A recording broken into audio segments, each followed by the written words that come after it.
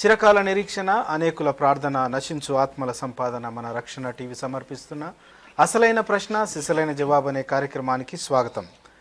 ఈరోజు అంశం క్రైస్తవంలో హతసాక్ష్యం అనే ఈ అంశం పైన ఈరోజు కార్యక్రమం కొనసాగుతూ ఉంది. ఈ కార్యక్రమం కొరకు మరి వక్తలుగా ప్రవీణ్ పగడాల గారు, అలాగే రెవరెండ్ డాక్టర్ ఎల్కే మృత్యుంజయ గారు, కుమార్ ఎం పుష్పరాజ్ గారు రెవరెండ్ వారు కూడా మనతో ఉండడం చాలా సంతోషం. చాలా రోజుల తర్వాత మళ్ళీ తిరిగి ఒక సంపూర్ణ క్రైస్తవ కార్యక్రమం చేస్తూ ఉన్నాం. చాలామందికి ఈ మధ్యకాలంలో జరిగిన కార్యక్రమాల గురించి చాలా ప్రశ్నలు ఉండొచ్చును. మీరు ఆ ప్రశ్నలన్నీ కూడా వ్యక్తిగతంగా మమ్మల్ని అడుగుతూ ఉన్నారు. కొంతమంది మంచి అవకాశాన్ని వినియోగించుకొని ఇలాంటి డిబేట్స్ చేయడం వల్ల చాలా మంచి జరుగుతుంది, మనమందరం పరస్పరంగా మన వ్యూస్ని షేర్ చేసుకోవచ్చు అని చెప్పిన వాళ్ళ సంఖ్య ఉంది. అలాగే హైందవ విశ్వాసులను మన వైపు, లేకపోతే ఆ నాయకులను మన టీవీకి ఎందుకు తీసుకొని వచ్చారు అనే అడిగిన వారి సంఖ్య కూడా ఉంది, కానీ చాలా తక్కువ సంఖ్య. అయితే ఒక డైలాగ్ ఓపెన్ చేయడానికి, లేకపోతే ఒక చర్చ జరగడానికి మరి రక్షణ టీవీ పూనుకుంది. ఇలాంటి ప్లాట్ఫామ్ యాక్చువల్గా చెప్పాలంటే వేరే ఏ ఛానల్ కూడా కల్పించలేదని నేను అనుకుంటున్నాను. మరి అద్భుతమైన ఈ ప్లాట్ఫామ్ ద్వారా మరి ఇలాంటి చర్చలు జరుగుతూ ఉన్నాయి. కానీ ఈరోజు సంపూర్ణ క్రైస్తవ కార్యక్రమం జరుగుతూ ఉంది. మరి క్రైస్తవంలో హతసాక్ష్యం అనే ఈ యొక్క అంశం పైన జరుగుతున్న ఈ కార్యక్రమంలో ముందుగా దైవజనులు ఎల్కే మృత్యుంజయ గారు మనల్ని ప్రార్థనలో నడిపిస్తారు. ఆ తర్వాత కార్యక్రమంలోకి వెళ్దాం. ప్రార్థన చేసుకుందాం. కృపా సత్య సంపూర్ణుడవైన మా ప్రియ పరలోకపు తండ్రి, మీకు వందనములు, స్తోత్రములు. మీ మహాకృపను బట్టి, మా ఎడల మీరు చేయు ఆశ్చర్య కార్యాలను బట్టి మేము మీకు కృతజ్ఞతాస్తుతులు చెల్లిస్తున్నాం. మేము ఉనికి కలిగి ఉన్నాము అనంటే అది మీ మహాకృప, మా గురించిన మీ ఆలోచనలు అని జ్ఞాపకం చేసుకుంటున్నాం. దేవా, ఇవాళ ఎప్పటిలాగే అసలైన ప్రశ్న సిసలైన జవాబు అన్న శీర్షిక క్రింద ఈ మా రక్షణ స్టూడియో నుంచి ప్రపంచవ్యాప్తంగా తెలుగు క్రైస్తవేతర ప్రజానీకానికి ఒక శ్రేష్టమైన అంశముతో వాక్యపు కోణములో మేము చర్చించడానికి ప్రభు మేము సిద్ధపడి ఆసక్తి కలిగి ఉన్నాం. ఈ వేదిక నుంచి మీరు ఏర్పాటు చేసుకున్న మీ దైవజనులు, అలాగే ఈ శ్రేష్టమైన పరిచర్య కోసం మీరు పిలుచుకున్న మీ దీన సేవకులు బెన్హర్ గారు, ఇదిగో రక్షణ టీవీతో పాటు ఉంటున్న యావత్ క్రైస్తవ సమాజం అంతటిని బట్టి నిన్ను స్తుతిస్తూ, శ్రేష్టమైన అంశాలు వాక్యపు వెలుగులో మేము చర్చించి ధ్యానించి మా ప్రశ్నలకు వాక్యములో సమాధానాలు మేము వెతికి మా ఆత్మీయ జీవితాలను దృఢపరచుకుని సంఘాన్ని బలోపేతం చేస్తూ సమాజములో సంఘ సాక్ష్యాన్ని బహు ఎత్తుగా లేవనెత్తడానికి మీరు కృపచూపుమని, సాంకేతిక సిబ్బందిని, పరికరాలను అంతటినీ మీ అధీనంలోనికి తెచ్చుకుంటూ మా ప్రియులు మరి సహా దైవజనులు బట్టి మీ చేతులకు అప్పగిస్తూ ఈ కార్యక్రమాన్ని అనేక మంది సమయాన్ని వెచ్చించి చూసి తద్వారా ఆత్మీయ మేలు పొంది వారి యొక్క ఆధ్యాత్మిక ఆలోచనలు, వారి యొక్క ఆధ్యాత్మిక అవగాహనలు ఈ అంశం మీద క్రైస్తవ్యం అలాగే మాట్లాడడం ఈ అంశం మీద ప్రభు విస్తృతమైన అవగాహన కలిగి ఉండడానికి, హతసాక్ష్యం గురించి బైబిల్ ఏం చెప్తుందో మేము అర్థం చేసుకోవడానికి, సమకాలీన సమాజానికి దీని అన్వయాలేంటో మేము ఆలోచించుకోవడానికి సహాయం చేయమని, మా అందరి ఆలోచనలు, మా నోటి మాటలు, మా హృదయ ధ్యానాలు ఇవన్నీ మీ దృష్టికి అంగీకృతములగునట్లు అనుగ్రహించుమని క్రీస్తు యేసు ప్రభుని ఘన నామాన్న ప్రార్థించి స్తుతించి వేడుకుంటున్నాము తండ్రి. ఆమేన్. ఆమేన్. థ్యాంక్ యూ వెరీ మచ్ అండి పాస్టర్ గారు. ముందుగా ప్రవీణ్ పగడాల గారికి ప్రత్యేకమైన ధన్యవాదాలు తెలియజేస్తా ఉన్నాను. గత కొద్ది కాలంగా మీరు చేస్తున్న సహాయాన్ని బట్టి, అలాగే అన్యమత సంబంధమైన నాయకులను మనం తీసుకొచ్చి ఇక్కడ కూర్చోబెట్టుకున్నప్పుడు వచ్చిన ఫీడ్బ్యాక్ గురించి కొన్ని మాటలు మీరు చెప్తే దాని తర్వాత కార్యక్రమంలో. ష్యూర్, తప్పకుండానండి. అంటే గత కొన్ని వారాలు చెప్పాలి అంటే ఒక 2 నెలలు దాదాపు మనం 2.5 నెలలు పైననే కదా, కొంచెం వేరు ప్రాతిపదికల లేకపోతే క్రైస్తవ్యంలోనే ఉన్నటువంటి భిన్న బోధలను అడ్రస్ చేశాం. అలాగే క్రైస్తవ్యానికి ఆవల ఉన్నటువంటి బోధలను అడ్రస్ చేశాం. అలాగే మేము మత ప్రాతిపదికన లేము అని చెప్పుకునే వారిని కూడా తీసుకొచ్చాం. అంటే ఏ మతానికి చెందని వారం అన్న వాళ్ళను కూడా మనం తీసుకొచ్చి ఇక్కడ మాట్లాడాం. అలాగే ఇస్లాం మతం నుంచి, హైందవ మతం నుంచి కూడా ప్రజలు కొంతమంది వచ్చారు. అయితే అందులో నేను చాలా విషయాలు నేర్చుకున్నాను. మొదటిది ఏమిటి అని అంటే, దూరంగా ఉండి చూసినప్పుడు మనకి ఏదైతే ఒక పెద్ద శత్రువుగా కనిపిస్తుందో, దగ్గరగా వచ్చినప్పుడు ప్రభు అంటాడు సామెతల గ్రంథం 16వ అధ్యాయంలో, ఒకటి ప్రవర్తన సరిగ్గా ఉంటే వాడి శత్రువులను సైతము మిత్రులుగా చేస్తాను అని ప్రభు ఇచ్చినటువంటి వాగ్దానం. సో ఈ పరిచర్య, లక్షణ టీవీ పరిచర్యలు మనకు ఓపెన్ చేసినటువంటి ప్లాట్ఫామ్ ఏమిటి అని అంటే, ముఖ్యంగా దానికి మీకు కూడా నేను కృతజ్ఞత చెప్పాలి. అలాగే యావత్ క్రైస్తవం తరపున కూడా నేను మీకు కృతజ్ఞత చెప్పాలి. ఎందుకు అని అంటే, ఇలాంటి అంటే వేరు వేరు ప్రాతిపదికల నుంచి వచ్చే వాళ్ళను ఒక ప్లాట్ఫామ్లోకి తీసుకొని వచ్చి మతపరమైనటువంటి చర్చలు చేయటం అన్నది సులువైన అంశం కాదు. ఏ క్రైస్తవ ఛానల్ చేయటానికి ముందుకు రాలేదు, అలాగే ఏ సెక్యులర్ ఛానల్ కూడా చేయటానికి ముందుకు రాలేదు. కొన్ని ఛానల్స్ వచ్చాయి, కానీ అవి బయాస్డ్గా వచ్చాయి. అంటే నా ఉద్దేశం ఏమిటి అని అంటే, వాళ్ళకు ఉన్నటువంటి ఒక అజెండాను తీసుకుని క్రైస్తవ దృక్పథాన్ని ఏదో ఒక రకంగా తక్కువ చేసి చూపించాలి అన్నటువంటి అజెండాతో వచ్చాయి. కానీ క్రైస్తవ పక్షంగా మనము తటస్థంగా ఉంటూ అన్ని ప్రాతిపదికల నుంచి వచ్చిన వాళ్ళను కూడా, అంటే అన్ని బ్యాక్గ్రౌండ్స్ నుంచి వచ్చిన వాళ్ళను కూడా సమానంగా వారిని, అంటే వ్యక్తిని ప్రేమిస్తూ ఆ వ్యక్తి వెనుక ఉన్నటువంటి భావజాలాన్ని బైబిల్ భావజాలంతో పోల్చి చూసేటటువంటి ప్రయత్నం నాకు తెలిసినంత వరకు అనూహ్యంగా తెలుగు ప్రజలకు ఇది మొట్టమొదటి ఛానల్ అని చెప్పాలి. ఇంకెక్కడా కూడా జరగలేదు అనే చెప్పాలి. ఒకవేళ సోషల్ మీడియా ప్లాట్ఫామ్స్లో జరిగి ఉండొచ్చు, కానీ ఒక మెయిన్ లైన్ మీడియా ఛానల్లో జరగటం అన్నది చాలా కద్దు, ఎప్పుడు జరగలేదు. అయితే నేను నేర్చుకున్న విషయాల దగ్గరికి వస్తే, మొట్టమొదటిగా మన ప్రవర్తన, ఇక్కడికి వచ్చిన సహోదరులు అంటే స్నేహితులు ఎవరైతే క్రైస్తవ భావజాలంలో లేకుండా క్రైస్తవేతర భావజాలం నుంచి వచ్చారు, అలాంటి వారు కూడా చాలా సముఖంగా వచ్చారు, చాలా స్నేహభావంగా కూర్చున్నారు. వారి వ్యక్తిగత జీవితంలో క్రైస్తవులను ద్వేషించి ఉండొచ్చు, వ్యక్తిగత జీవితంలో క్రైస్తవులు అంటే కోపం ఉండొచ్చు, క్రైస్తవులను కొట్టాలనిపించుండొచ్చు, క్రైస్తవులను అనిపించుండొచ్చు, క్రైస్తవుల పట్ల తీసుకొచ్చే చట్టాలు క్రైస్తవ సంఘాన్ని, సమాజాన్ని నిర్వీర్యం చేసేందుకు అయి ఉండొచ్చు. కానీ ఇక్కడికి వచ్చినప్పుడు వారి భావజాలం వెనుక ఉన్నటువంటి ఆలోచన, వారి భావజాలం వెనుక ఉన్నటువంటి స్ఫూర్తి అర్థమవటానికి వ్యక్తిగతంగా భారతీయులముగా, అలాగే మనుషులముగా ఒకరినొకరం ప్రేమించుకోవటం అన్నది సాధ్యం అన్నది కూడా ఈ ప్లాట్ఫామ్ నుంచి మనం చూపించడం జరిగింది. అది మొట్టమొదటిగా నేను నేర్చుకున్నాను ఇక్కడ ఈ ప్లాట్ఫామ్ నుంచి. నాకు అదొక నేర్చుకున్నటువంటి అంశాల్లో ఒకటి. రెండోది, మనంతకు మనం మాట్లాడుకుంటూ వెళ్ళటం, దాని ద్వారా నేను చెప్పే దాంట్లోనే అంతా సత్యం ఉంది, అవతలి వాడి యొక్క పర్స్పెక్టివ్ నాకెందుకు అన్నటువంటి కోణం ఒకటైతే, ఎదురుబెదురుగా కూర్చుని అవతలి వ్యక్తి యొక్క పర్స్పెక్టివ్ ను అర్థం చేసుకోవడానికి, అవతలి వారి యొక్క కోణంలో నుంచి కూడా బైబిల్ గ్రంథాన్ని, బైబిల్ యొక్క భావజాలాన్ని అర్థం చేసుకుంటూ, ఓకే ఇలా అయితే మరి మీ కోణం ప్రకారంగా గనక మీ గ్రంథాలను చూస్తే ఎలా ఉంటుంది అన్నటువంటి విశ్లేషణ, దానివల్ల అవతలి వ్యక్తికి, అలాగే చూస్తున్నటువంటి ఎవరైతే చూస్తున్నారో వీక్షకులు, వాళ్లకు ఎలాంటి మెసేజ్ వెళ్ళింది అన్నది కనుక ఒకసారి ఆలోచిస్తే, నాకు వచ్చిన ఫీడ్బ్యాక్ ఫేస్బుక్ ద్వారా కానివ్వండి, నాకు వచ్చిన కాల్స్ ద్వారా కానివ్వండి, లేకపోతే సోషల్ మీడియా ప్లాట్ఫామ్స్ ద్వారా వాళ్ళు పెట్టిన కామెంట్స్ ద్వారా కానివ్వండి, నాకేమర్థమైంది అని అంటే,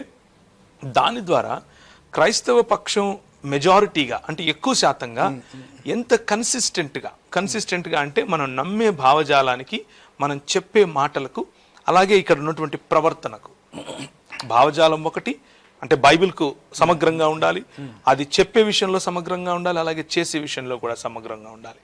వీటిని చాలా పొందికగా, ఏ ఇబ్బంది లేకుండా అమర్చినట్లుగా ప్రజలకు కనిపించింది. అంటే మనం చెప్పేది, చేసేది, మాట్లాడేది అంత సమాంతరంగా ఉంది, ప్యారలల్ గా ఉంది, ఏ ఇబ్బంది లేదు ఇక్కడ, ఈ పొరపొచ్చాలు లేవు అన్న విషయం బయటకు వస్తూ ఉంటే, అలాగే ఎవరైతే ప్రత్యర్థులు వచ్చారో, అంటే ప్రజలను ఎంత ఎక్కువగా శత్రువులుగా చూస్తే అంత ఎక్కువగా శత్రుత్వం పెరుగుతుంది. శత్రుత్వం వేరు, ప్రత్యర్థులు వేరు.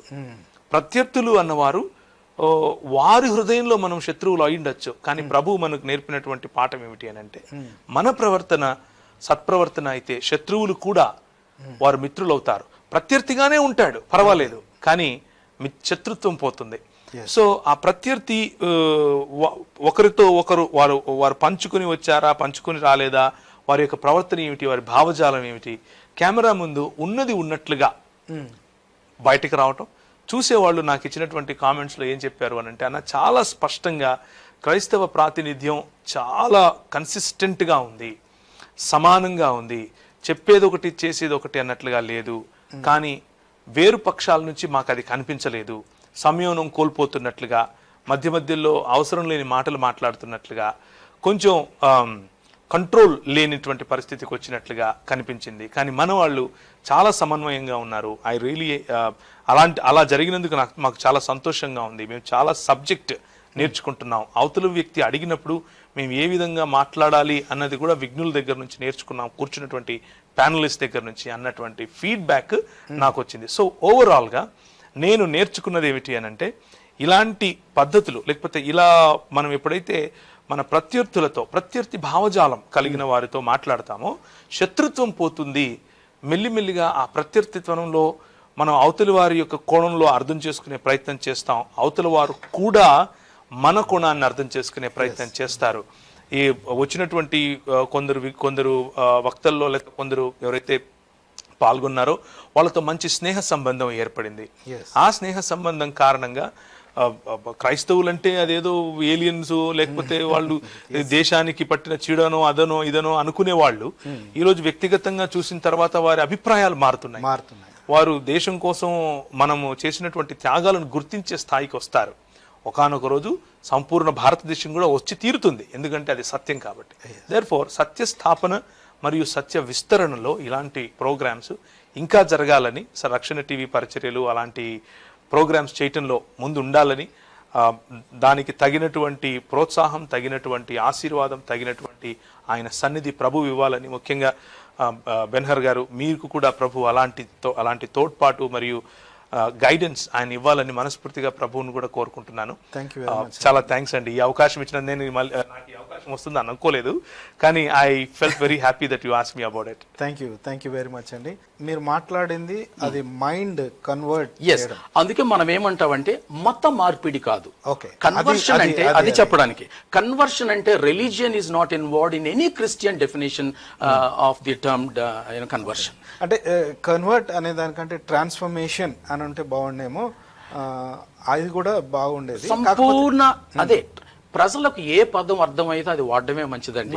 నేనేమంటానంటే మనము ట్రాన్స్ఫర్మేషన్ అంటే మీతో మేము ఏకీభవిస్తున్నాం. మీరు అనిన విషయం లేకపోతే ఉద్దేశం అంతా కూడా పర్ఫెక్ట్గా ఫిట్ అయింది. కాకపోతే ఈరోజు ఈ సమయంలో జరుగుతుంది ఏంటంటే కన్వర్షన్కి అగెయిన్స్ట్గా చాలా ఒత్తిడి జరుగుతూ ఉంది. సో మీరు ఆ పదాన్ని వాడినందుకే ప్రాబ్లం వచ్చింది తప్ప మీరు చెప్తున్న దాంట్లో ఏం ప్రాబ్లం లేదని నేను అనుకుంటున్నాను. ఒకసారి ఆ రోజు మీకు కూడా ఆ ప్రశ్న యాక్చువల్గా ఆ రోజు జరిగినటువంటి చర్చలో బంగారయ్య శర్మ గారు రాసుకున్నారు, దాన్ని రాసుకుని దొరికిపోయారు చూసారా అన్నట్లుగా ఆయన ఎక్స్ప్రెషన్ ఇచ్చారు. యాక్చువల్గా మనం we are not ashamed of that. మేమేమి ఆ విషయంలో సిగ్గుపడాల్సిన అవసరం ఏమీ లేదు. ఎందుకు అయితే ఒక్క విషయం ఇక్కడ ఏమిటి అని అంటే, మనకు బైబిల్లో ఉన్న కమాండ్మెంట్, లేకపోతే బైబిల్ మొత్తంలో కూడా యేసు ప్రభు మనకు ఇచ్చినటువంటి కమాండ్మెంట్ ఏమిటి, మనం we do not exist to convert people. మనము మార్చటానికి మనకు అధికారం కానీ యాక్సెస్ కానీ ప్రభు ఇవ్వలేదు. మనకు విట్నెస్ చేయటానికి మాత్రమే అధికారాన్ని, అంటే సాక్షి జీవితము మరియు ప్రకటనకు మాత్రమే అధికారాన్ని మరియు యాక్సెస్ను ఇచ్చాడు. కన్వర్షన్ అన్నది ప్రభువుకు సంబంధించినటువంటి పని, పరిశుద్ధాత్ముడు చేసేటటువంటి పని. సో వెన్ వి ఆ సందర్భంలో జరుగుతున్నటువంటి చర్చ సందర్భంలో మృత్యుంజయ అన్న గారు చెప్పినటువంటి ఆ కన్వర్ట్ అన్న పదాన్ని నేనెలా అర్థం చేసుకున్నాను ఒక క్రైస్తవుడిగా అంటే, అవతలి వారికి అంటే ఆ రోజు జరుగుతున్న కాంటెక్స్ట్ ఏమిటి అని అంటే మీరు అవతలి వారికి చెప్పకుండా ఉండొచ్చు కదా అని అంటే, చెప్పకుండా ఎందుకుంటాము, మా ఎగ్జిస్టెన్సే చెప్పడం కోసం అని చెప్పినటువంటి మాట అది. ఆయన అన్నారు, మీరు మీ ధర్మాన్ని మీ దగ్గర పెట్టుకోండి, బయట చెప్పకండి, చెప్పకుండా ఉంటే సరిపోతుంది కదా, ఎవరిది వాళ్ళు చూసుకుంటూ వెళ్ళిపోతే సరిపోతుంది కదా, ఆచరించుకుంటూ వెళ్ళిపోతే సరిపోతుంది కదా అన్న సందర్భంలో చాలా స్పష్టంగా మృత్యుంజయన్న గారు ఏం చెప్పారు అని అంటే, మేము ఉన్నదే అందుకు, మా సంఘం ఉన్నదే మా ప్రభువును ప్రకటించడం కోసం, మా ప్రభువును ప్రకటించడమే మా ఉనికి. ఓకే, ఆ సందర్భంలో మాట్లాడినటువంటి పదం అది, ఉపయోగించినటువంటి పదం అది. కాబట్టి మా ఉనికి ఈ రోజు కూడా we are not ashamed of that. చాలా మంది క్రైస్తవుల నుంచి వచ్చిన ఆ విషయం ఏంటంటే, బోల్డ్ గా ఈ వర్డ్ ని చెప్పినందుకు అప్రిషియేట్ చేసిన వాళ్ళ సంఖ్య చాలా ఎక్కువగా ఉంది. సేమ్ టైం అప్లై చేసిన సమయానికి అవతల కూర్చున్న వ్యక్తి కరెక్ట్, దానికి కారణం ఉంది, ఒక చిన్న అక్కడే దానికి చిన్న కారణం ఉందండి. కారణం ఏమిటి అని అంటే, ఈ రోజు ఉన్నటువంటి అంటే సమకాలీన మీడియా కన్వర్ట్ అన్న పదాన్ని ఇంతవరకు చెప్తున్నట్లుగా ఆ పదాన్ని ఒక బూచి చేశారు. ఆ పదాన్ని మనం ఇప్పుడు మీరు అన్నారు ట్రాన్స్ఫార్మ్ చేయాలి అని అన్నారు. ఈ ట్రాన్స్ఫార్మ్ అన్నది కనుక వాళ్ళు దాన్ని బూచిగా చేసి చూపెడితే ఇంకొక 5 ఏళ్లకు మీరు ట్రాన్స్ఫార్మ్ చేస్తారు అంటారు. ప్రకటించడం అన్నది మనం మొదలు పెడితే వాళ్ళు ఆ పదాన్ని తీసుకొని మీరు ప్రకటిస్తారని బూచి చేస్తారు. సో పదం ఏదైనా వెనకున్న భావం ప్రాముఖ్యం. యాంటీ కన్వర్షన్ లా అన్నది లేకపోతే రిలీజియస్ ఫ్రీడమ్ లా యాక్ట్ అన్నది తీసుకొని వచ్చి నిజానికి యాంటీ కన్వర్షన్ లా అది. యాంటీ కన్వర్షన్ అంటే ఏంటి, కన్వర్షన్కు ఉన్నటువంటి డెఫినేషన్ ఏంటి అని కనుక రాజ్యాంగంలోనికి వెళితే, మళ్ళీ ఎందుకు రాజ్యాంగం అంటున్నాను అంటే, ఆ రోజు వాడినటువంటి పదము రాజ్యాంగము అన్నటువంటి పరిధిలో వాడాను. అది ఆ రోజు జరిగినటువంటి కాంటెక్స్ట్, ఆ కాంటెక్స్ట్ లో జరిగిన పదం. అందులో గనక వెళితే అక్కడ జరిగింది ఏమిటి, యాంటీ కన్వర్షన్ అని ఎందుకు తీసుకొస్తున్నారు అని అంటే, కన్వర్ట్ అనంగానే దాని వెనక వచ్చేటటువంటి బ్యాగేజ్, ఆ పదానికి వెనక వచ్చేటటువంటి బ్యాగేజ్ ఏమిటి అని అంటే, ప్రజలకు అన్నం పెట్టి, ప్రజలకు మభ్యపెట్టి, ప్రజలకు అబద్ధాలు చెప్పి, ప్రజలను మోసపుచ్చి, ప్రాస్లిటైజ్ చేసి ఈ ప్రజలను వేరే మతంలోకి తీసుకెళ్ళటం. మా పని అది కాదు, మా పని వి డోంట్ డూ దట్. మేము అది చేయం, ఆ పరంగా కన్వర్ట్ మేము చేయం. కానీ మేము చేసే కన్వర్షన్ ఏమిటి అని అంటే, మేము ఏంటి కన్వర్షన్ అన్నదాని ఆ పదానికి మేమిచ్చే నిర్వచనం ఏమిటి అని అంటే, యేసు క్రీస్తు ప్రభువు అని ప్రకటిస్తాం. యేసు క్రీస్తు మా పాపముల కొరకు, మీ పాపముల కొరకు, ప్రతి ఒక్కరి పాపముల కొరకు చనిపోయి తిరిగి లేచాడు. ఈ రోజు మనము ఈ అంధకార శక్తుల ప్రభావంలో బ్రతకటానికి, వాడి రాజ్యంలో బ్రతకటానికి అవసరం లేదు. మన సంపూర్ణ లాయల్టీ మన ప్రభు అయిన యేసు క్రీస్తు వైపుకు తీసుకొని వస్తే మన జీవితాలు ఈ లోకంలోను మరియు పరలోకంలోను క్షేమంగా అంటే ప్రభు యొక్క సన్నిధిలో ఉంటాయి అని చెప్పడాన్ని సువార్త అంటాం. అలా చెప్పి ప్రజలు ఎవరైతే ఆ విశ్వాసంలోనికి వస్తారో వారిని కన్వర్టెడ్ అని అంటాం. కొంతమంది అడుగుతూ ఉంటారు, మీరు కన్వర్టెడ్ క్రిస్టియనా లేకపోతే బైబర్త్ క్రిస్టియనా అంటూ. ఎవరు బైబర్త్ క్రిస్టియన్ ఉండడు, అందరూ కన్వర్టెడ్ క్రిస్టియన్సే ఉంటారు. ఎవరైతే యేసు ప్రభువును తమ స్వంత రక్షకుడిగా అంగీకరిస్తారో ప్రతి ఒక్కరూ, అది క్రైస్తవ కుటుంబంలో పుట్టిన, రాజ్యాంగపరంగా క్రైస్తవ కుటుంబాలు ఉంటాయి కానీ దేవుని యొక్క బైబిల్ పరంగా క్రైస్తవ కుటుంబములో పుట్టిన ప్రతి ఒక్కడు క్రైస్తవుడు అవ్వాలి అన్నటువంటి నియమం లేదు. క్రైస్తవ కుటుంబములో పుట్టిన వాడు కూడా యేసు క్రీస్తును సొంత రక్షకునిగా అంగీకరిస్తేనే క్రైస్తవుడు అవుతాడు. ఆ పర్స్పెక్టివ్ లోనే అన్న మాట్లాడారు ఆ రోజు. రైట్, జస్ట్ ఏం లేదండి, రాజ్యాంగ పరిధిలో conversion or converting is allowed. ఇక్కడ మళ్ళా ఇప్పుడు క్రైస్తవులను ఉద్దేశించి కొన్ని పదాలు మన మీద వక్రీకరించి రుద్దుతున్నంత మాత్రాన ఆ పదాల నుంచి మనం దూరంగా పోవలసిన అవసరం లేదు. అది మొదటి విషయం. వాటి స్థానే ఎవరికో దేనికో భయపడి మనము పదాలను మార్చి వాటిని పేలవంగా తయారు చేయాల్సిన అవసరం కూడా లేదు. ఓకే. రాజ్యాంగం ఏ కన్వర్షన్ ని వ్యతిరేకిస్తుంది అని అంటే ఫోర్స్డ్ కన్వర్షన్స్ ని వ్యతిరేకిస్తుంది. ఇంతవరకు ప్రియులు ప్రవీణ్ గారు అదే చెప్పారు. ఆ రోజు మనం చెప్పే ఉద్దేశం ఏంటంటే conversion is not something to do with body, conversion is something to do with mind. కాబట్టి మనో మార్పు అన్నది ఎవరు తీసుకువచ్చేది కాదు ఎక్స్టర్నల్ గా ఫోర్స్ ఉపయోగించి. ఏమండి, అది అంతరంగ మార్పుతో, నమ్మకాలతో కూడిన మార్పుతో నుంచి బయటకు వచ్చిందిగా అయి ఉండాలి. కాబట్టి ప్రకటిస్తాం, మనం వాక్యం ప్రకటించమని చెప్పింది. అయితే నేను ఎందుకు కన్వర్షన్ అన్న మాట వాడానంటే ప్రకటించడం యొక్క లక్ష్యం ఏంటి చెప్పడం కోసం. నేను ప్రకటించడం, నువ్వు మారడం కోసం. కరెక్ట్, అది విషయం. ప్రకటించడం కోసం ప్రకటించి కూర్చోవడం లేదు మనం. ప్రకటించడం వ్యక్తిలో మనోమార్పు, పరిమార్పు, రూపాంతర మార్పు కోసం ప్రకటిస్తున్నాం. ఆ ఎండ్ కోసం క్రైస్తవ్యం ఉండాలి. అంతేకాకుండా ప్రకటించడం, నా పనిని ప్రకటించడం వరకే అని అనుకుంటే దాని ఎండ్ అనేది మన యొక్క దృష్టిలో లేకుండా ఉంటే మన యొక్క మీన్స్ మారిపోతాయి. కాబట్టి నేనెందుకు ప్రకటిస్తున్నానంటే నువ్వు మారాలని. అయితే నీ మార్పుకు నా ఒత్తిడి ఏమీ లేదు. నీ మార్పు స్వేచ్ఛ మీకు. నా విశ్వాసపు ప్రకటన ఎందుకు ప్రకటిస్తున్నానో ఇది. అది కూడా ఇంత అన్నది ఇది. నీకు నిత్య జీవం కావాలి అని అంటే నేను నమ్ముతున్న గ్రంథం చెబుతుంది ఏంటంటే యేసుక్రీస్తు ద్వారానే. కాబట్టి మీరు మారాలి. ఇంత ఈ విషయాన్ని ప్రజలు అర్థం చేసుకోవాలి. ఇక్కడ అంటే చదివినటువంటి వాక్య భాగంలో కూడా సమస్య రక్షణ అన్నటువంటి పదం ఉపయోగిస్తే వచ్చేది కాదు. సమస్య కన్వర్ట్ అన్న పదం ఉపయోగించాం కాబట్టి వచ్చింది. ప్రశ్న సమస్య కాదు, యాక్చువల్ గా అది ప్రశ్న మాత్రమే. రైట్. సో బేసిక్ గా ఇంతవరకు చెప్పింది రాజ్యాంగం మనకిచ్చిన స్వేచ్ఛ ప్రకారంగా నేను నమ్మిన నా మతాన్ని, లేకపోతే నా భావాన్ని వ్యక్తీకరించడానికి సంపూర్ణ స్వేచ్ఛ రాజ్యాంగం నాకు కల్పించింది. అవును. కల్పించినప్పుడు నేను దాన్ని వాడుకుంటుంటే నా వ్యక్తిగత లేకపోతే అవతల వ్యక్తి మారడం ద్వారా నాకొచ్చే లాభం ఏమీ లేదు. కాకపోతే ఆ వ్యక్తి మారడం వల్ల ఆ వ్యక్తి మారి ఈ దేశానికి మంచి చేసేవాడుగా ఉంటాడు తప్ప వేరే రకంగా మనకొచ్చే మేలు ఏమీ లేదని నేను అనుకుంటా ఉన్నాను. వేరే దేశాల్లో అదే మత స్వేచ్ఛను, అంటే మత స్వేచ్ఛ గురించి వాళ్ళు ఇస్తున్న ఫ్రీడమ్ని మన వాళ్ళు ఎందుకు ఇవ్వలేకపోతున్నారు అనేది నాకు అర్థం కావట్లేదు. ఒక మీకు వీడియో చూపిస్తాను, మీరు చూడండి. అవతల వేరే దేశాల్లో ఎంత స్వేచ్ఛ ఉందంటే ఆ స్వేచ్ఛలో భారతీయ లేకపోతే హైందవ విశ్వాసంలో ఒక సెట్ గ్రూప్ వాళ్ళు మత మార్పిడి చేస్తూ ఉన్నారు అనే దానికి ఇంతకంట వేరే ఏమంటారు నిరూపణలు, రుజువులు అక్కర్లేదని నేను అనుకుంటున్నాను.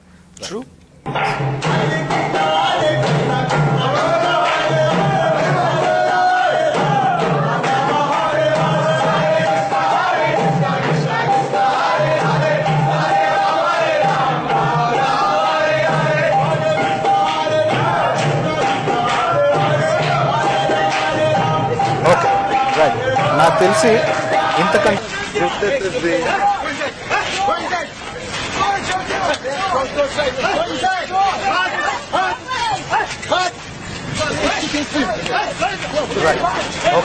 ఇందులో ఒక విశేషం ఏంటంటే వచ్చిన వాళ్ళందరూ మిషనరీ వీసా వస్తారు. వీళ్ళు మిషనరీ వీసాలో ఇప్పుడు కేవలము మత మార్పిడి కోసమే తెప్పిస్తారు వాళ్ళు. ఇంకో విషయం చెప్తే మిషనరీ వీసా నేను ఎందుకు అంటున్నాను అని అంటే క్రైస్తవులు కానీ లేకపోతే వేరే మతాల వాళ్ళు కానీ మిషనరీ వీసా కింద రావడానికి ఇప్పుడు మన భారతదేశంలో చాలా తక్కువ స్కోప్ ఉంటుంది. వీళ్ళకి మాత్రం వచ్చిన ప్రతి ఒక్కరు మిషనరీ వీసా మీద వచ్చారు వీళ్ళు. రైట్. ఈ విషయాన్ని వీక్షిస్తున్న వీక్షకులందరూ కూడా మిషనరీ వీసా మీద వచ్చిన వాళ్ళు మన దేశంలో, అంటే మిషనరీ వీసా మీద వచ్చిన వాళ్ళు మిషనరీ పని చేసుకుని వెళ్ళాలి. అంటే మీరు చెప్తున్న దాన్ని బట్టి చూస్తే వివక్ష జరుగుతుంది ఇక్కడ కూడా. దానికి తోడు మిషనరీ వీసా మీద వచ్చిన వాళ్లకు భారతదేశ దాన్ని ఏమంటారు లా అండ్ ఆర్డర్ కాపాడేటటువంటి పోలీసుల పైన చేయి చేసుకున్నారు హక్కు లేదు. వాళ్ళు ఇక్కడ ట్యాక్స్ పేయర్స్ కాదు, వాళ్ళకు హ్యూమన్ రైట్స్ ఉంటాయి. దానికి కొన్ని సంఘాలు ఉన్నాయి, వాళ్ళు కంప్లైంట్ ఇచ్చి వాళ్ళను అదుపులోకి తీసుకోవచ్చు ఒకవేళ పోలీసు వాళ్ళు ఏదైనా తప్పు చేసి ఉంటే. కానీ పోలీసు వాళ్ళను కొట్టే హక్కు కానీ పోలీసు వాళ్ళను మూకదాడి పోలీసు వాళ్ళని కొట్టించే అధికారం కానీ ఈ సంస్థలకు లేవు. ఇది నిజానికి ఎవరైతే వాళ్ళను మిషనరీ వీసా మీద తెప్పించారో ఈ హరే రామ హరే కృష్ణ అనేటటువంటి ఆర్గనైజేషన్ ఏదైతే ఉందో వాళ్ళు దీనికి జవాబుదారీగా ఉండాలి. క్రైస్తవ విశ్వాసం గురించి మనం విన్నాం. మిగతా మత విశ్వాసాల కన్నా క్రైస్తవ విశ్వాసం ఎలా భిన్నమైనది చెప్తారు? లైక్ మిగిలిన విశ్వాసాలకు మన క్రైస్తవ విశ్వాసానికి భిన్నత్వం, లేకపోతే దాని దృక్పథ రూపంలో నేను that's how I look at it. నేను దాన్ని ఒక దృక్పథము అని చూస్తాను. అన్ని విశ్వాసాలకు లేకపోతే అన్ని దృక్పథాలకు కూడా దాని వెనుక ఒక భావజాలం ఉంటుంది. మన భావజాలం 66 పుస్తకాలు ఉన్నటువంటి ఈ బైబిల్ గ్రంథం మీద ఆధారపడి ఉంది. ఓకే. బైబిల్ చెప్పేటటువంటి భావజాలాన్నే, అంటే 100% ఈ 66 పుస్తకాలు ఉన్నటువంటి బైబిల్ గ్రంథం ప్రకటించే సత్యమును విశ్వసించటం. ఆ సత్యము యేసుక్రీస్తు అన్నటువంటి ఒక వ్యక్తిని, కేవలము ఆయనను మాత్రమే దేవుడిగా, ఆయనను మాత్రమే మన రక్షకుడిగా, ఆయనను మాత్రమే మన ప్రభువుగా అంగీకరించినప్పుడు అది మన విశ్వాసానికి ఉన్నటువంటి ఒక ప్రత్యేకమైనటువంటి స్థానం. ఉదాహరణకు ఇస్లాం ఉంటుంది. ఇస్లాంలో ఇస్లాం వాళ్ళు కూడా కొన్నిసార్లు చెప్పచ్చు, మేము కూడా యేసు ప్రభువును నమ్ముతాము, యేసు ప్రభు అంటే మాకు ఇష్టమే. మీ కొంతమంది ఇంకా దావా చేసేవాళ్ళు ఇంకొంచెం గట్టిగా చెప్తారు, మీకంటే ఎక్కువగా మేము యేసు ప్రభువును నమ్ముతాము అన్నట్లుగా. దాన్ని ఎందుకని క్రైస్తవ విశ్వాసములో భాగంగా తీసుకోము అనంటే, వారు యేసు ప్రభువును దేవుడు అని నమ్మరు, వారు యేసు ప్రభువును సృష్టికర్త అని నమ్మరు, వారు యేసు ప్రభు ఒకానొక మంచి వ్యక్తి అని నమ్ముతారు. యేసు ప్రభు తరువాత వచ్చినటువంటి ప్రవక్తలలో ముహమ్మద్ గారు శ్రేష్ఠులని, ఆయన చివరికి యేసు ప్రభు తిరిగి వచ్చి ఆయన కూడా ఇస్లామును స్వీకరిస్తాడని నమ్ముతారు. ఇలా చాలా చాలా ఉంటాయి.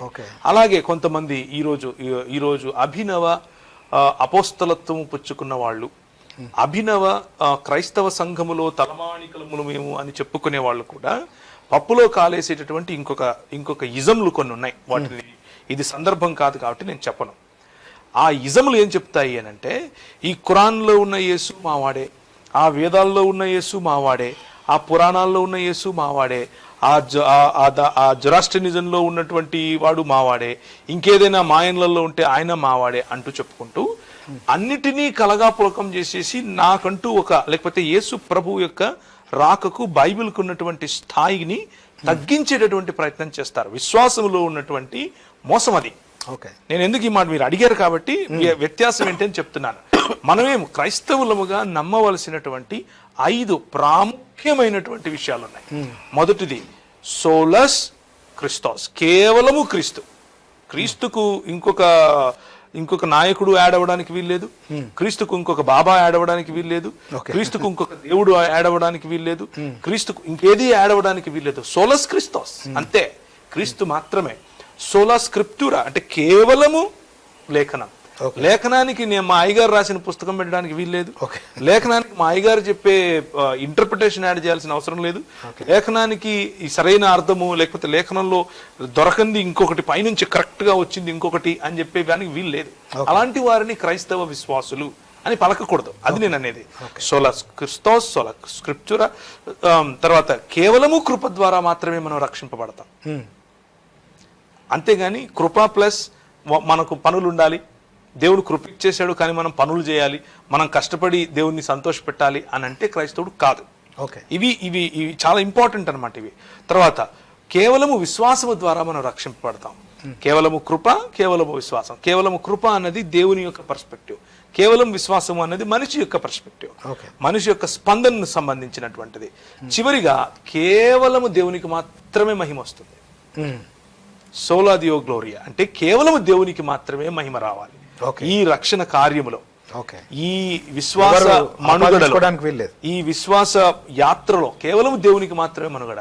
నా సొంతది కాదు, నా సొంత ప్రయత్నం కాదు అని చెప్పేటటువంటి స్టేట్మెంట్. ఈ 5ను నమ్మని వాడు అంటే యేసు క్రీస్తుకు ఏదైనా జోడించినా, బైబిల్కు ఏదైనా జోడించినా, కృపకు ఏదైనా జోడించినా, విశ్వాసానికి ఏదైనా జోడించినా, దేవునికి భిన్నంగా ఇంక దేనికైనా మహిమ ఇచ్చిన అలాంటి ఇజములు, అలాంటి మతాలు చాలా ఉన్నాయి ప్రపంచంలో. అవి కూడా క్రైస్తవ్యానికి బయట ఉన్నటువంటి మతములు అంతే. ఇది మనకున్నటువంటి యూనిక్నెస్. క్రైస్తవ్యం అని పిలవాలి అని అంటే ఇవి కంపల్సరీగా ఉండి తీరాలి. Okay, right. రైట్. అయితే ప్రతి క్రైస్తవుడు హతసాక్షిగా మారాల్సిన అవసరం ఉందా? హతసాక్షి కావాలి అని కోరిక, లేకపోతే ఈ మధ్యకాలంలో నేను ప్రభు కొరకు అన్నీ త్యాగం చేశాను, నా చదువు త్యాగం చేశాను, నేను అది త్యాగం చేశాను, ఇది త్యాగం చేశాను, నాకు అమెరికాలో ఉద్యోగం వచ్చేది, ఆ ఉద్యోగం కూడా త్యాగం చేశాను, కేవలం ప్రభు కొరకు పరిచర్య చేస్తున్నాను అంటే ఇది తక్కువ విషయమా? ఎందుకని ఈ విషయాన్ని తక్కువగా చేస్తా ఉన్నారు? ఒకవేళ తక్కువగా చేసినట్టుగానే చేస్తూ అవసరమైతే ప్రాణం కూడా పెట్టాలి అని అనుకుంటున్నాను అన్నట్టు మాట్లాడతారు, ఎందుకు చెప్తారా? అంటే ఎందుకు అనేది వాళ్ళే చెప్పగలగాలి, కానీ కాకపోతే ఒక ట్రెండ్ ఏంటంటే, నేను అంటే చాలా రోజుల నుంచి వింటూ వస్తున్నాం. ఇప్పుడు పరిచర్య అనగానే మనం ఇచ్చే డెఫినేషన్, లేకపోతే ప్రజల మనసుల్లో ఉండేటటువంటి డెఫినేషన్, వారికి చుట్టుపక్కల ఉన్నటువంటి సంఘాల కారణంగా వారు విన్నది వారికి ఏమర్థమవుతుంది అని అంటే, అన్నీ విడిచిపెట్టి, నువ్వు ఉద్యోగం చేస్తుంటే ఉద్యోగం విడిచిపెట్టి, దానికి ఉదాహరణగా ఇప్పుడు పేతురు మిగిలిన వాళ్ళు వాళ్ళ వలలు విడిచిపెట్టి వచ్చారు, ఇలాంటివి తీసుకుని ఇచ్చేటటువంటి నిర్వచనాలు ఇవి. నువ్వు సెంట్రల్ గవర్నమెంట్ ఉద్యోగం విడిచిపెట్టాను ఒక ఆయన అంటే, నేను అమెరికాలో నుంచి విడిచిపెట్టాను ఒక ఆయన అంటే, ఇంకొక ఆయన నేను వ్యాపారం విడిచిపెట్టానని ఇంకొక ఆయన అంటే, ఇట్లా ఇది అంటే గొప్ప అంటారు. అది అదే అక్కడికే వస్తున్నాను. నిజానికి పిలుపు విడిచిపెట్టడానికి ఇచ్చింది కూడా ఆయనే. అది ఆ పాయింట్ ఎందుకు మాట్లాడడం, మనం ఇచ్చిందే ఆయన కోసం విడిచిపెట్టడం కాదు, కేవలము విధేయత చూపించటమే. విడిచిపెట్టని వాళ్ళు అవిధేయులు కాదు, విడిచిపెట్టిన వాడు ఎక్కువ విధేయుడు కాదు. విడిచిపెట్టని వాళ్ళు అవిధేయులేం కాదు. ఎందుకో పిలుపు చాలా రకాలుగా ఉంటుంది. ఓకే, పిలుపు మనకు ఆయనను వెంబడించేటటువంటి పిలుపులో కొందరిని వ్యాపార రంగంలో ఉండి వెంబడించమంటాడు, కొంతమందిని ప్రభుత్వ రంగంలో ఉండి వెంబడించమంటాడు, కొంతమంది పాలకులుగా ఉండి వెంబడించమంటాడు, కొంతమందిని యాజకులుగా ఉండి వెంబడించమంటాడు, కొంతమందిని సువార్థికులుగాను, కొందరిని బోధకులుగాను, కొందరిని అందరూ సువార్థికులు కాదు, అందరూ బోధకులు కాదు. ఈ రోజున్న ట్రెండ్ ఏంటంటే, నేను బోధకుడిని అయిపోవాలి ఫస్ట్.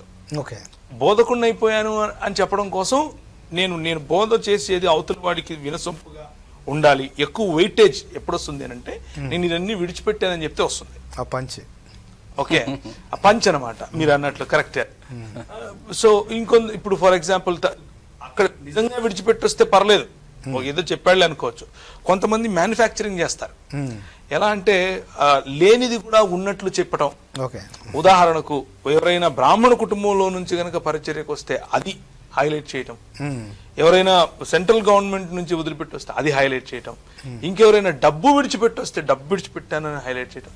ఇవన్నీ ఏంటంటే బేసికలీ తన పర్సనల్ ఇమేజ్ ఎక్కువగా చూపించడం కోసం అయ్యే ప్రయత్నాలే. కానీ అవి చెప్పడంలో తప్పు ఉందని నేను అనను. చెప్పండి, ఉన్నది ఉన్నట్లుగా చెప్పడంలో తప్పు లేదు. అయితే ఎక్కడ మనం గమనించాలి ఎక్కువగా అంటే, ప్రతి ఒక్క క్రైస్తవుడు సమానమైనటువంటి స్థాయిలోనే దేవుని యొక్క దృష్టిలో ఉన్నాడు. ఓకే, మొదటి విషయం తారతమ్యం ఏమీ లేదు. ఆయన సృష్టిలో మనందరం సమానం, స్త్రీ పురుషులు ఇద్దరు సమానం, పతనంలో అందరం సమానం, ఏ భేదము లేదు, అందరం పాపం చేశాం, ఏ భేదం లేదు. ఆయన రక్షణ కార్యంలో ఏ భేదం లేదు. అందుకు సూపర్ మ్యాన్ సేవకుడు అయినా సామాన్య విశ్వాసి అయినా సేమ్, ఏ భేదం లేదు. అందరం పాపం చేశాం, అందరి కోసం యేసు ప్రభు చనిపోయాడు. నాలుగవది, ఏ భేదం లేదు, అందరూ పవిత్రీకరణ అన్నటువంటి పద్ధతి గుండా వెళ్ళాలి. అంటే పరిశుద్ధీకరణ లేకపోతే శాంక్టిఫికేషన్ అన్నటువంటి పద్ధతి గుండా వెళ్ళాలి. ఆరవది, ఏ భేదం లేదు, అందరికీ ప్రభువు రక్షించిన వారిని చివరికి తన మహిమలోనికి తీసుకెళ్తాడు. ఏ భేదం లేదు ఎవరికి ఎక్కడ. అయితే ఎక్కడ భేదం అనంటే, ఎక్కడ మనము ఉత్సాహపడాలి అనంటే, ప్రభు మనకిచ్చిన అవకాశాలను బట్టి ఉత్సాహపడాలి. అందరికీ అవకాశం ఉంటుంది. కొందరు అవకాశము తీసుకుంటారు, కొందరు తీసుకోలేకపోతారు. కొందరు అవకాశాన్ని వినియోగించుకోవటం కోసం వారి స్వంత పనులను పక్కన పెట్టి మరీ చేస్తారు. కొందరు ఆ అవకాశాలు ఎదురుగా ఉన్నప్పటికీ కేవలము భక్తి ముసుగులో ఉంటూ దేవుని యొక్క కార్యాన్ని, దేవుని యొక్క పరిచర్యను తక్కువ జాబితాలో వేసుకుంటూ, అంటే వారు చేసే పనులు పరిచర్య అవి కూడా అవే, కానీ ఎక్కువ సాంద్రత లేకపోతే ఇంటెన్సిటీ ఎక్కువ ఉన్న చోట, ఎక్కడైతే అవసరం ఉందో అలాంటి చోట మనం లేచి నిలబడకుండా వాటిని విడిచిపెట్టడం అన్నది తప్పకుండా దేవునికి విధేయత చూపించడంలో ఉన్న లోపం. ఓకే, ఒక వ్యక్తి ఎక్కువ విధేయత చూపించాడు, ఇంకొక వ్యక్తి తక్కువ విధేయత చూపించాడు అన్నది మాత్రమే మనకు కనిపిస్తుంది. అంత మాత్రాన ఈ వ్యక్తి ఎక్కువ క్రిస్టియన్ కాదు, ఈ వ్యక్తి తక్కువ క్రైస్తవుడు కాదు, క్రైస్తవ్యంలో సమానమే. ఎక్కడ తేడా అనంటే సేమ్ హతసాక్ష్యం, తర్వాత సాక్షి జీవితం, ఇదంతా ఇక్కడే వస్తుంది.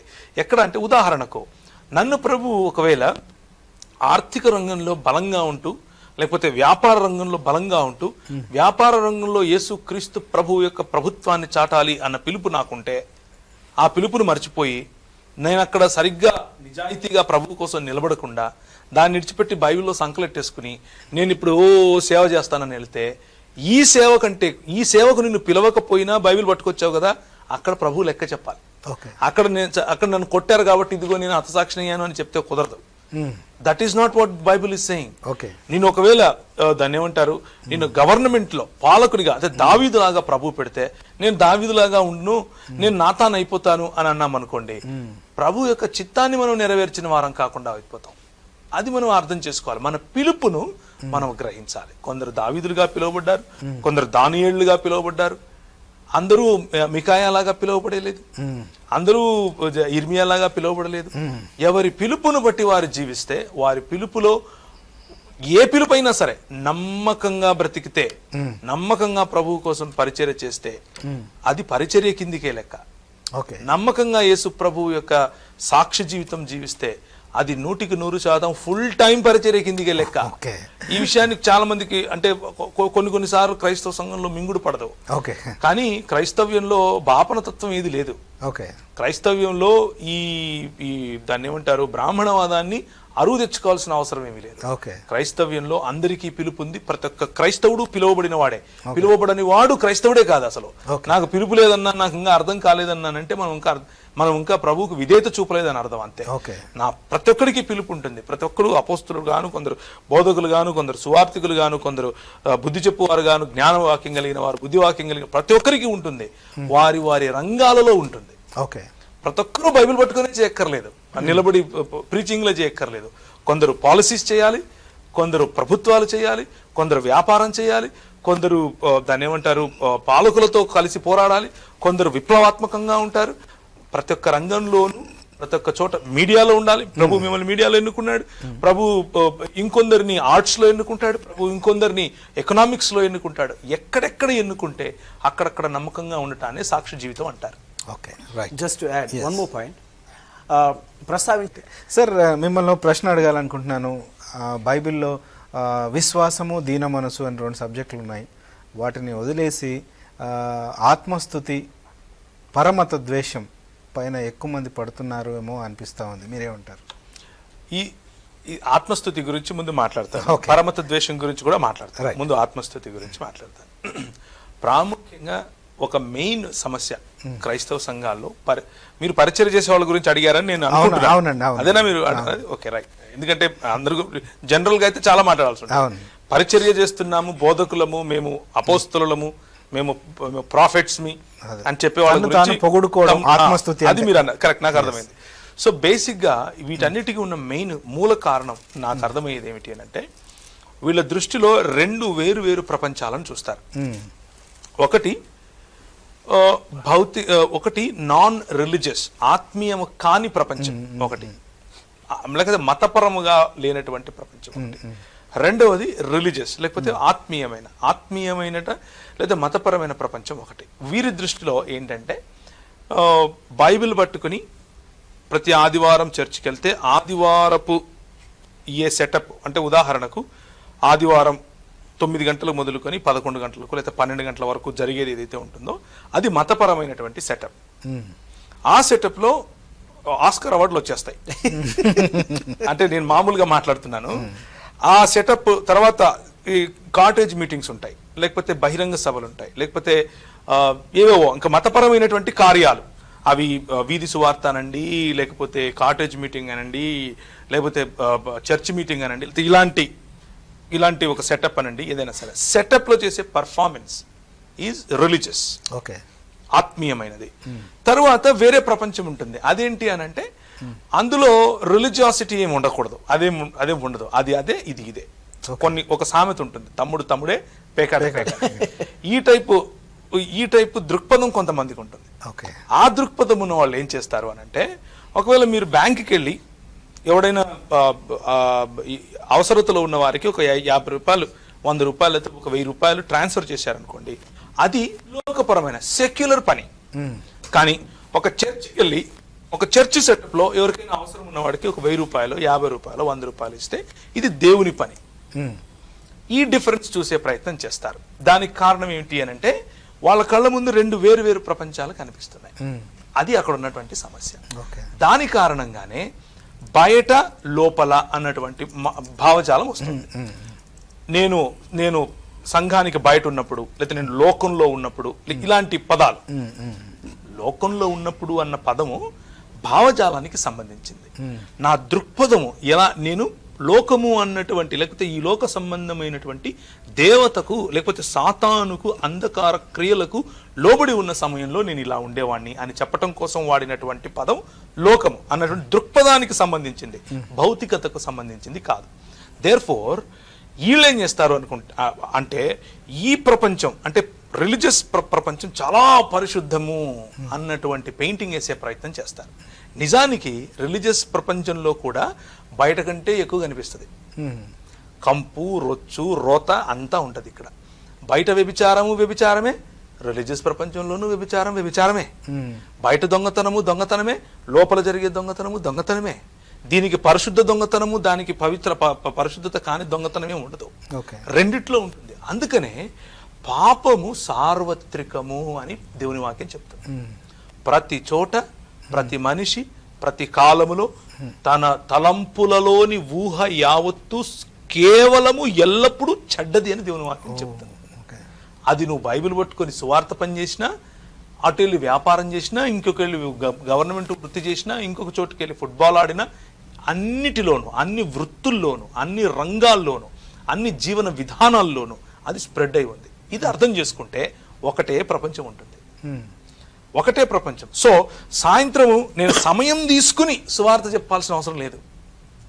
నేను పని చేసే చోట సువార్త చెప్తాను, 24 గంటలు చెప్తా. నేను బహుశా నేను కొంచెం ఫాస్ట్గా వెళ్తున్నానేమో, కొంచెం స్లో చెప్తాను.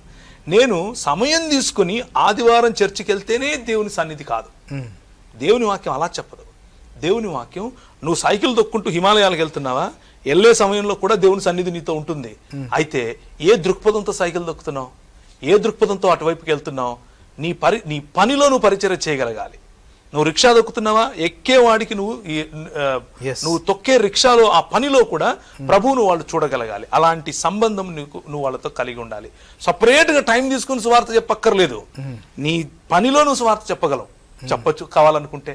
ఇప్పుడు మీరు పని చేస్తున్నారు, మీరు చేసే పని సువార్తతో కూడిన పని. నేను పని చేస్తున్నాను, నేను చేసే పని సువార్తతో కూడిన పని. సపరేట్గా నేను టైం తీయక్కర్లేదు. టైం తీయాల్సి అది ఫెలోషిప్ కు సంబంధించినటువంటి విషయం, సహవాసానికి సంబంధించినటువంటి విషయం. కానీ ఇప్పుడు నేను చేసే ఈ పనిలో చేసే సువార్త ఏదైతే ఉందో అది పరిచర్య కాదు. సపరేట్గా టైం తీసుకుని వచ్చి రిలీజియస్ సెటప్లో పర్ఫార్మెన్స్ చేస్తే అది సువార్త చేయటం అని అనుకుంటే చాలా అపరిపక్వమైనటువంటి స్థాయిలో మనం ఉన్నాం అని అర్థం. కాబట్టి నేనేమంటున్నాను అంటే, మన వాళ్ళు క్రైస్తవులు ఒక ఎమ్మెల్యేగా ఒక ప్రభు నిన్ను పిలిస్తే, ఒక పాలకునిగా ప్రభు నిన్ను పిలిస్తే, ఒక వ్యాపారవేత్తగా ప్రభు నిన్ను పిలిస్తే, వ్యాపారంలో నువ్వు దేవుని చూపించగలగాలి. వ్యాపారంలో ప్రభువును ఆరాధించగలగాలి, స్తుతించగలగాలి. నీకు చుట్టుపక్కల నీ వ్యాపారము నీకు ఒక సంఘముగా మారాలి. నువ్వు పనిచేసే వెండర్స్ కోసం, నువ్వు నీ దగ్గర ఉన్న ఎంప్లాయీస్, నువ్వు ఎవరితో అయితే అమ్ముతున్నావు, ఎవరి దగ్గర అయితే కొంటున్నావు, వీరందరూ కూడా నీ నుంచి సువార్త వినగలగాలి. అది సువార్త. నేను బైబిల్ పట్టుకొని పాస్టర్ నండి నీ దగ్గరకు వచ్చి సువార్త చెప్తాను అంటే నాకు ఎంత యాక్సెస్ ఉంటుంది? నేను ఒక సాఫ్ట్వేర్ ఉద్యోగి నండి, నీ సాఫ్ట్వేర్ కంపెనీలో నేను పనిచేస్తున్నాను, యేసు ప్రభు గురించి మాట్లాడతాను అంటే ఎంత యాక్సెస్ ఉంటుంది? ఈ యాక్సెస్ ఉన్నోడు చేయకుండా మా పాస్టర్ గారు చేయాలన్నప్పుడు అది సాఫ్ట్వేర్ రంగం మాత్రమే ప్రేమించినట్లు, లేకపోతే క్రైస్తవుల ప్రపంచం మాత్రమే ప్రేమించినట్లు, ఉద్యోగులను అట్లేం ఉండదు. ఒకే ప్రపంచం. ఈ ప్రపంచంలో ఏ రంగంలో మనం బ్రతుకుతూ ఉన్నా ఇది నా వ్యక్తిగత అభిప్రాయం. నేను ఎలా చూస్తాను అని అంటే, ఒక వ్యక్తి వ్యాపార రంగంలో ఉంటూ కూడా సువార్థికుడిగా ఉండొచ్చు. ఒక వ్యక్తి ప్రభుత్వోద్యోగిగా ఉండి కూడా తనకు ఇచ్చినటువంటి ఆ క్షేత్రంలో తన పరిధిలో ఒక ప్రవక్తగా బ్రతకచ్చు. ఒక వ్యక్తి తనకిచ్చినటువంటి పిలుపు మేరకు మీడియా రంగంలోనో, ఆర్ట్స్ రంగంలోనో, లేకపోతే లిటరేచర్ రంగంలోనో, ఏ రంగంలో ప్రభు పిలిస్తే ఆ రంగంలో ఆయన బోధకుడుగా ఉండొచ్చు. దేవుని యొక్క రాజ్య విలువలను విస్తరింప చేయటానికి అవసరమైన దేవుడిచ్చిన తలాంతులను ఉపయోగించుకుని చేసే పరిచారకునిగా ఉండొచ్చు. ఆయనకు సపరేట్గా బిరుదులేమో ఒక్కరు ఉండదు. ఆయనకు సపరేట్గా ఏవి దాన్ని ఏమంటారు, బిషప్, కార్డినల్, పోపు లాంటి గొప్ప గొప్ప పేర్లు అవసరం ఉండవు. రెవరెండ్లు, డాక్టర్లు, సూపర్ డాక్టర్లు, మల్టీ డాక్టర్లు అవసరం ఉండదు. శిష్యునిగా నిలబడతాడు, శిష్యునిగా పని చేస్తాడు, శిష్యునిగా తన పని తను చేసుకుంటూ పోతాడు. ఆ గుర్తింపు ఇక్కడ కలగకపోవచ్చు, కానీ ప్రభు దృష్టిలో ఉంటుంది. గుర్తింపు ఇక్కడ కావాలి అని ప్రాకులాడతాం, ప్రభు దృష్టిలో చీపవుతాం. ఇది మొదటిది. ఇది స్వయం గురించినటువంటిది. రెండవది మీరు అడిగింది ఏంటి అని అంటే పరమత ద్వేషం గురించి. పరమత ద్వేషాన్ని రెండు రకాలుగా చూడొచ్చు. నేను ఎక్కువసేపు చెప్పను, సంక్షిప్తంగా ముగిస్తాను. పరమత ద్వేషము అనంటే అవతలి వారు ప్రశ్నించినప్పుడు మనము తిరిగి సమాధానం చెప్పటాన్ని పరమత ద్వేషం అనరు. దాన్ని యేసుక్రీస్తు యొక్క దృక్పథాన్ని ధైర్యంగా అందరి ముందు ఒప్పుకోవటం అంటారు. దాన్ని సాక్షిగా బ్రతకటం అని అంటారు. పరమత ద్వేషం అంటే ఏంటంటే అవతలివాడి మతంలో నా మతాన్ని జొప్పించి, అవతలివాడి పుస్తకంలో నా పుస్తకాన్ని జొప్పించి, అవతలివాడి భగవంతుడిలో నా దేవుణ్ణి జొప్పించి, వాణ్ణి మోసం చేసి నేను మోసపోయి ఇద్దరము ఒకటే అని ఒక పక్క చెబుతూనే వాడిని దూరం చేసుకుని దాని ద్వారా ఎవరినో నేను రక్షిస్తున్నాను అన్న మభ్య పెట్టేటటువంటి అవకాశాలు ఉంటాయి చూసావా, అది పరమత ద్వేషం నా ఉద్దేశంలో. రెండవది నేరుగా తిడితే కాదు, అంటే అది ఇది సత్యం బాబు ఇందులోకి రా అని పిలవటంలో పరమత ద్వేషం లేదు. పరమత ద్వేషం అవతలి వారికి నాశనం కలిగించేటటువంటిది, అవతలి వారిని మోసపరిచేది ఏంటి అని అంటే మీ భగవంతుడు మా దేవుడు ఒకడే అని చెప్పేవాడే సమస్య. నిన్ను దాన్ని ఏమంటారు, నిన్ను తలగాను, ఒకరిని క్షత్రియునిగాను, ఒకరిని పొట్టగాను, ఒకరిని కాలుగాను పుట్టించిన వాడు, తర్వాత అందరినీ సమానంగా పుట్టించిన దేవుడు ఒకడే అని చెప్పటం పరమత ద్వేషం అంటున్నాను నేను. రెండూ ఒకటే కాబట్టి రా అని పిలవటం కాదు సువార్త. సువార్త అనంటే ఈ దేవుని యొక్క వ్యక్తిత్వాన్ని, ఈ దేవుని యొక్క ఔన్నత్యాన్ని, ఈ దేవునికి ఉన్న సత్యాన్ని చెప్పటం. ఇది పరమత ద్వేషం కాదు, ఇది సత్యం చెప్పటం. అయితే చెప్పే సమయంలో ప్రేమగా చెప్పాలి. ఎలా తెలుస్తుంది మనకు ప్రేమగా చెప్తున్నాం లేదా అని అంటే, మనం చెప్పిన సమయంలో మొదటగా మన మాటలు విన్నప్పుడు పరుషంగా అనిపించవచ్చు. మనల్ని అవతలి వాడు ఏంది ఇలా మాడుతున్నాడు అని అనుకోవచ్చు. కానీ మన హృదయం ఎరిగినప్పుడు వీడు నిజాయితీగా ఉన్నాడు అంటాడు. కానీ పైకి మంచి మంచి మాటలు, ఫ్లవరీ లాంగ్వేజ్ మాట్లాడి అవతలి వాడిని ఆకర్షించటం కోసం అంతా ఒకటే అని కలగూర బిర్యానీ చేసి చేదు మాత్రం చక్రకోటి వాడికి తెలిసినప్పుడు అంటాడు వీడు నన్ను మోసం చేశాడు అని. ప్రభువు అలాంటిది చెప్పడు. అది నిజమైన పరమత ద్వేషం. అలాంటి వాటికి మనం దూరంగా ఉండాలి. ఈ రోజు మన క్రైస్తవ సమాజం అటువైపుకే మొగ్గుతోంది. అలాంటి గీజాలు మనకు వద్దు. యేసు ప్రభువు మనకు నిజమైన మార్గం. ఆయన ఎప్పుడు కూడా వేరే ధర్మంతో, వేరే మతంతో నేను అంతా ఒకటి, అక్కడ నేనున్నాను, ఇక్కడ నేనున్నాను అని చెప్పి ఎవరిని ఆకర్షించలేదు. నేనే మార్గం అని చెప్పి ఆకర్షించాడు, నేనే సత్యం అని చెప్పి ఆకర్షించాడు, నేనే జీవం అని చెప్పి ఆకర్షించాడు. ఇస్తా ఉన్నారు. అయితే ఆర్మ్స్ట్రాంగ్ గారు సింగపూర్ నుంచి, yes we should not say convert Christian, we must say born again Christian. మళ్ళీ మీ దగ్గరికి వచ్చింది అది. లాస్ట్ టైం మనం మాట్లాడుకుంది, ఈ రోజు కూడా అదే మాట్లాడుతున్నాం. బోర్న్ అగైన్ క్రిస్టియన్ అనే విషయమే మనం మాట్లాడుకున్నాం. అయితే ఆఖరిగా మీరు ఒక్కొక్కరు ఒక్కొక్క నిమిషం మీరు ఇవ్వాల్సిన సందేశం వీక్షకులకు. క్రైస్తవ సంఘంలో ఇంతవరకు మాట్లాడుతూ ఉన్నట్లుగా అందరూ హతసాక్షులు అవ్వాలి అన్నటువంటి నియమం కానీ, అలాంటి రూల్ కానీ, అలాంటి ఎక్స్పెక్టేషన్ దేవుని వైపు నుంచి అలాంటి ఎక్స్పెక్టేషన్ కానీ లేవు. కానీ క్రైస్తవ దృక్పథంలో అలాంటి అవకాశం, అలాంటి అవకాశం కనుక మనకు వస్తే దాన్ని మనం పోగొట్టుకోకుండా, చచ్చిపోయేందుకు తొందరపడకుండా, దేవుని కోసం సాక్షిగా జీవించటానికి తొందరపడుతూ, ఒకవేళ దేవుడు అది మనకు తన చిత్తంలో జరిగిస్తే దాన్ని నవ్వుతూ స్వీకరించేందుకు ప్రభు దగ్గర వేచి ఉండాలి, నమ్మకంగాను, అలాగే అంతము వరకు. ఇది క్రైస్తవ దృక్పథం చెప్పేటటువంటి సమగ్రత హతసాక్షుల గురించి. ఆ హతులైనా అవ్వకపోయినా సాక్షి జీవితం మాత్రం అనివార్యం. సాక్షి జీవితం లేకుండా హతులైనా కానీ అది వేస్టే, అది పనికిరానిదే. ఓకే. సాక్షి జీవితం ఉన్నవాడే మామూలుగా చనిపోయినా కానీ ఆ జీవితానికి విలువ ఉంటుంది. మొన్నటికి మొన్న ఎక్కువ దూరం వెళ్ళక్కర్లేదు, మొన్నటికి మొన్న కృష్ణా జిల్లాలో చంపబడినటువంటి అమ్మ, ఆమెకు వయసు 75-80 సంవత్సరాలు ఉంటాయి. ప్రార్థించుకుంటూ ఉంటుంది అన్న ఒకే ఒక్క కారణం చేత గొడ్డలతో చంపారు. మొన్న ఎక్కువ దూరం వెళ్ళక్కర్లేదు, మొన్నటికి మొన్న పోయిన సంవత్సరం జరిగినటువంటి హత్యలు, ఈ సంవత్సరం జరిగినటువంటి హత్యలు, యేసుక్రీస్తును వీళ్ళు నమ్ముతారు, యేసుక్రీస్తును వీళ్ళు అనుసరించేవారు అన్నటువంటి ఒకే ఒక్క కారణం చేత చంపబడినటువంటి వారిని జ్ఞాపకం చేసుకోవటం. జ్ఞాపకం చేసుకొని కొంతమందికి ఈ జ్ఞాపకం చేసుకోవటం అని అంటే అదేదో తద్దినాలు పెట్టినట్టో, లేకపోతే దాన్ని ఏమంటారు, వీళ్ళేదో విగ్రహారాధన చేస్తున్నారు అన్నటువంటి తప్పుడు సంకేతాలకు వస్తూ ఉంటారు. కాబట్టి అది అలా కాదు. దేవుని వాక్యము జ్ఞాపకం చేసుకోమని చెబుతా ఉంది. హెబ్రీయులకు రాసిన పత్రికలో చక్కటి మాట ఒకటి ఉంటుంది, ఇది నేను ఎప్పుడు మర్చిపోనటువంటి మాట. హెబ్రీయులకు రాసినటువంటి పత్రిక 13వ అధ్యాయంలో 7వ వచనంలో మనం చూస్తాం, remember those who lead you, who spoke the word of God to you, and considering the result of their conduct, imitate their faith. వారి ప్రవర్తనను, వారి విశ్వాస ఫలమును శ్రద్ధగా గమనించాలి. ఎవరైతే మనకు ముందు నడిచారో, ఎవరైతే వాక్యమును బోధించారో, ఎవరైతే వాక్యము కొరకు వాక్యమును విత్తారో, ఎవరైతే యేసుక్రీస్తు యొక్క ఈ విశ్వాసము కొరకు తన ప్రాణములు పెట్టారో, ఎవరైతే ఇలాంటి వారు జ్ఞాపకం చేసుకోవాలి. జ్ఞాపకం చేసుకున్నప్పుడు స్ఫూర్తి వస్తుంది, జ్ఞాపకం చేసుకున్నప్పుడు విశ్వాసం బలపడుతుంది, జ్ఞాపకం చేసుకున్నప్పుడు మనము నడవాల్సినటువంటి త్రోవ సరళమవుతుంది, మనము నడవాల్సినటువంటి త్రోవ స్పష్టమవుతుంది. అందులో దాన్ని ఏమంటారు, ఏ మసక ఉండదు. I'm going in the right direction అన్నటువంటి నిశ్చయత ఉంటుంది. సో హతసాక్షులను, లేకపోతే మనకు ముందు నడిచినటువంటి పెద్దలను, మనకు ముందు నడిచినటువంటి సరైన సాక్షి జీవితం ఉన్నటువంటి వాళ్ళను జ్ఞాపకం చేసుకోవటంలో తప్పులేదు, జ్ఞాపకం చేసుకుని స్ఫూర్తిని పొందటంలో తప్పులేదు. అలాంటి జ్ఞాపకం అలా జ్ఞాపకం తెచ్చుకుంటూ మనకు వాక్యోపదేశం చేసిన వారి యొక్క ప్రవర్తనను, వారి యొక్క వాక్యానుసారమైనటువంటి విశ్వాస జీవితాన్ని అనుకరించటంలో తప్పులేదు. అది మనకు ప్రభు ఇచ్చినటువంటి పిలుపు, వాక్యం నేర్పించేటటువంటి సత్యం. దాన్ని జ్ఞాపకం ఉంచుకొని మనము సరైనటువంటి నమ్మకమైనటువంటి దాసులముగా జీవించాలని మనస్ఫూర్తిగా కోరుకుంటున్నాను. రైట్.